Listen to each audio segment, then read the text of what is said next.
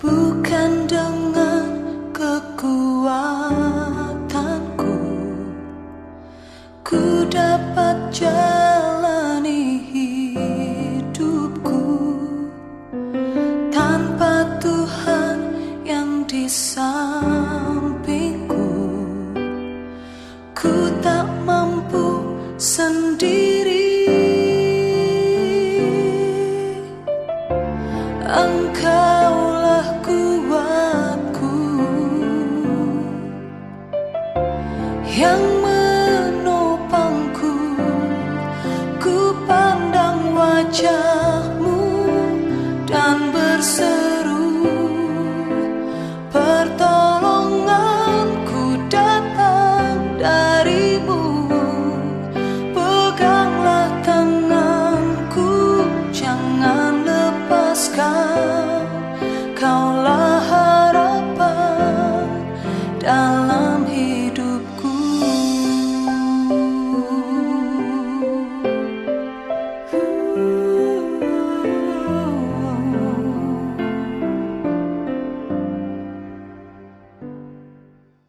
Saudara-saudara, salam. Anak-anak, remaja, pemuda, kaum bapak dan kaum ibu, serta orang tua kami, kaum sepuh. Kita bersyukur kita boleh berjumpa kembali secara khusus di dalam kebaktian rumah tangga. Dan hari ini kita kembali akan mendengarkan firman Tuhan, dilawat oleh kebenaran sabdanya. Saya mengajak kita bersama membuka Injil Tuhan Yesus Kristus menurut Matius, pasalnya yang keempat, ayatnya yang ke-18 sampai ayat yang ke-22. Matius pasalnya yang keempat, ayat 18 sampai ayat ke-22. Marilah tenang dan berdoa. Sebagai umat-Mu ya Allah, kami bersyukur untuk pemeliharaan-Mu dalam hidup kami, khususnya dalam rumah tangga kami masing-masing. Engkau selalu menjadi nakhoda menuntun kami, memberkati kami dengan banyak sekali kebaikan-kebaikan-Mu, dan untuk itu kami boleh berada dalam keadaan yang baik seperti kami ada saat ini. Kami rindu untuk kembali dibentuk oleh firman-Mu. Kuasai kami dengan kuasa Roh Kudus-Mu sehingga kami mengerti. Setelah kami mengerti, tuntunlah kami agar kami boleh diubahkan oleh firman ini. Kami boleh memiliki hidup yang lebih baik di hadapan Tuhan dan sesama. Terpuji nama-Mu ya Bapa, biarlah Roh Kudus-Mu yang menguasai kami. Dalam nama Tuhan Yesus kami berserah. Amin. Matius pasalnya yang keempat, ayatnya yang ke-18 sampai ayat ke-22. Mari kita membacanya. Dan ketika Yesus sedang berjalan menyusur danau Galilea, Ia melihat dua orang bersaudara, yaitu Simon yang disebut Petrus dan Andreas saudaranya. Mereka sedang menebarkan jala di danau, sebab mereka penjala ikan. Yesus berkata kepada mereka, "Mari, ikutlah aku, dan kamu akan kujadikan penjala manusia." Lalu mereka pun segera meninggalkan jalannya dan mengikuti Dia. Dan setelah Yesus pergi dari sana, dilihatnya pula dua orang bersaudara, yaitu Yakobus anak Zebedeus dan Yohanes saudaranya bersama ayah mereka Zebedeus, sedang membereskan jala di dalam perahu. Yesus memanggil mereka, dan mereka segera meninggalkan perahu serta ayahnya, lalu mengikuti Dia. Amin. Sampai sedemikian jauh pembacaan kesaksian firman Tuhan. Berbahagia setiap kita yang mendengarkan firman Tuhan dan memeliharanya di dalam kehidupan. Bapak, Ibu, dan Saudara, saya pernah mendengar ada seorang ilmuwan Jepang, Saudara, namanya Masaru Emoto. Saudara, ilmuwan ini pernah mengungkapkan sebuah hasil penelitian yang menurut saya sangat menarik tentang air, saudara. Jadi hasil penelitiannya mengatakan begini, air ini ketika kemudian mendapatkan sentuhan manusia, maka dia akan berubah menjadi kristal. Tetapi berbeda, manusianya memperlakukan air dengan baik atau dengan positif atau dengan buruk atau dengan negatif. Kalau misalnya manusia yang memperlakukan air itu adalah manusia yang berlaku baik, airnya diajak bicara dengan baik, disentuh dengan baik, airnya digunakan juga untuk hal-hal yang baik. Berdasarkan penelitian dari Masaru Emoto, maka akan terbentuk kristal yang indah dari air ini. Tetapi hasil penelitiannya mengatakan bahwa ketika kemudian air ini diperlakukan dengan buruk, orang yang menggunakan air ini berkata-kata dengan kasar, airnya juga dilempar-lemparkan sedemikian rupa, tidak beraturan, tidak dengan rasa hormat. Maka kristal tetap terbentuk, tapi kristalnya bukan kristal yang indah. Nah saudara, saya pikir tidak cuma air ya, hidup ini juga demikian. Jadi kalau kita memperlakukan hidup ini dengan baik, maka dia juga akan menjadi hidup yang indah. Tapi kalau hidup ini saudara diperlakukan dengan buruk, maka dia juga akan menjadi hidup yang sama sekali jauh dari harapan kita.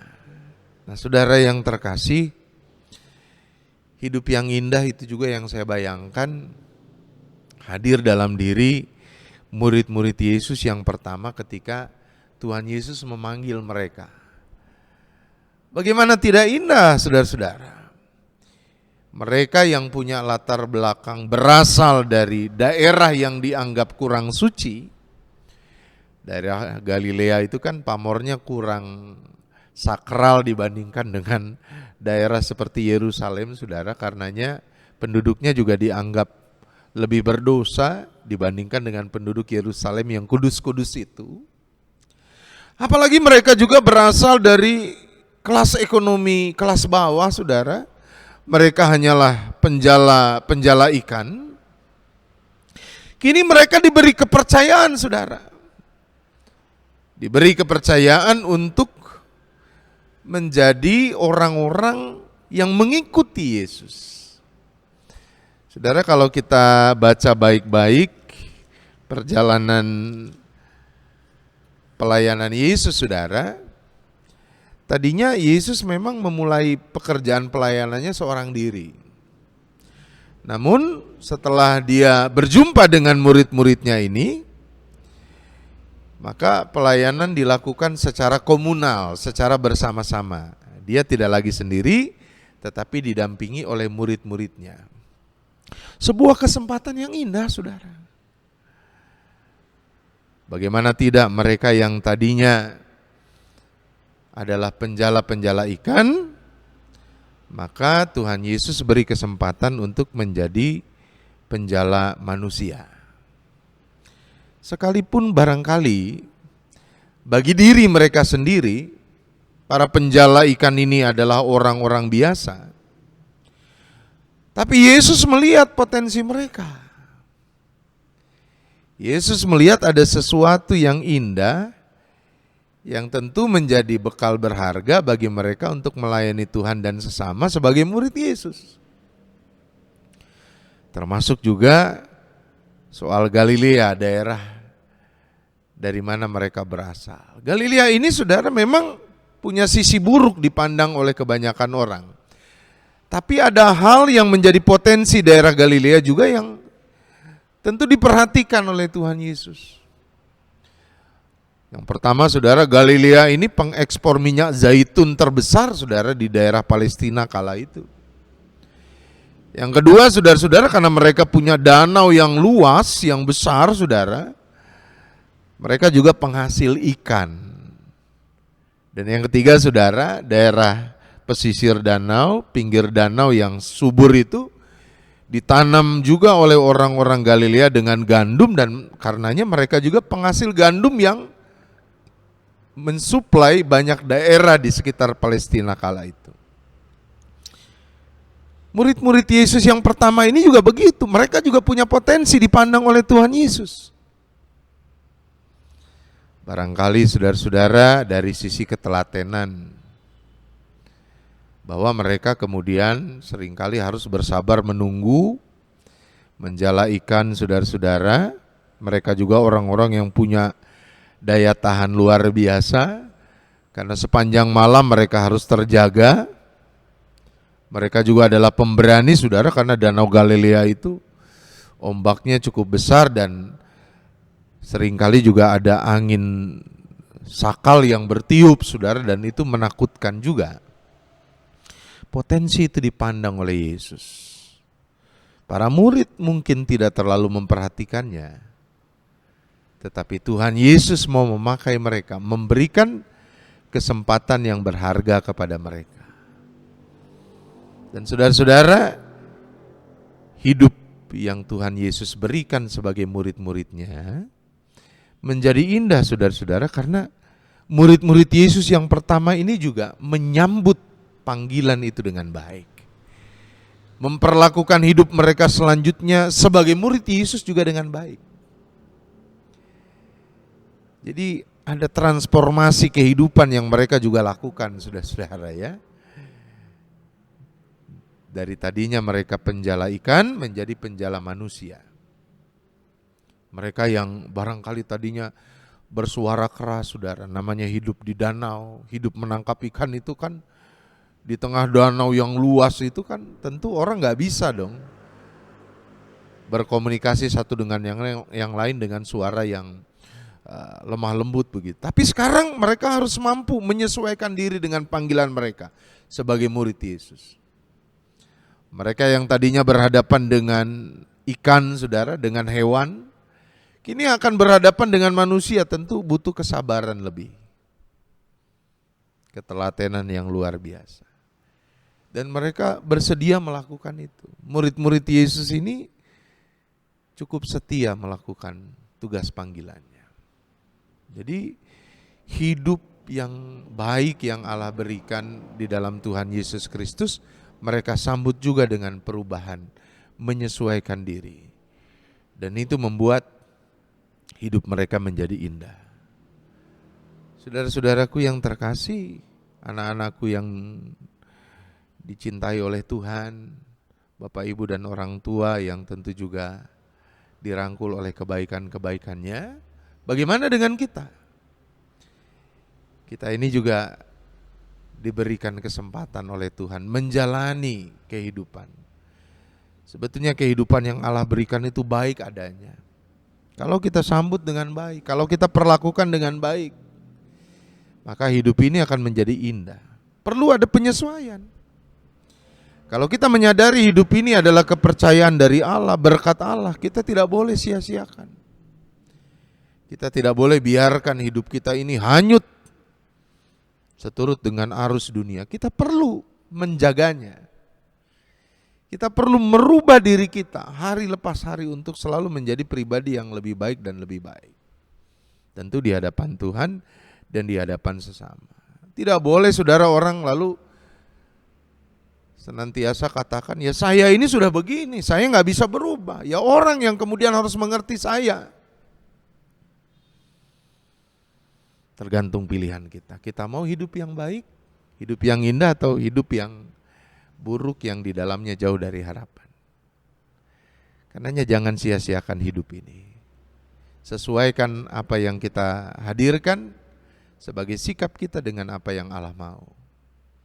Setiap hari, setiap waktu semakin baik.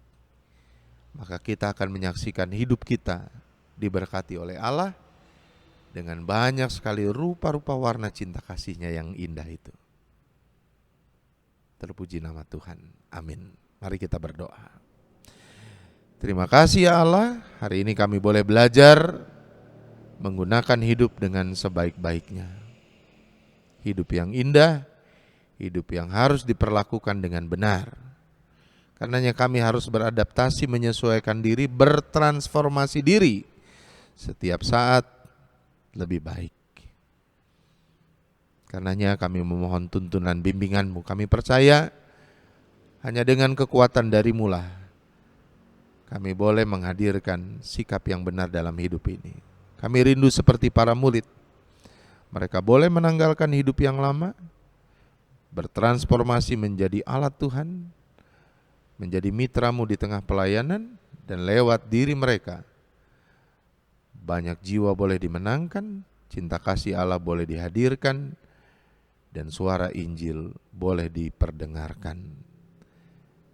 Biarlah dengan kasih-Mu itu pun boleh berlaku dalam diri kami. Kami sambut firman-Mu ini dengan penuh rasa syukur. Di dalam nama Tuhan Yesus kami berdoa. Amin.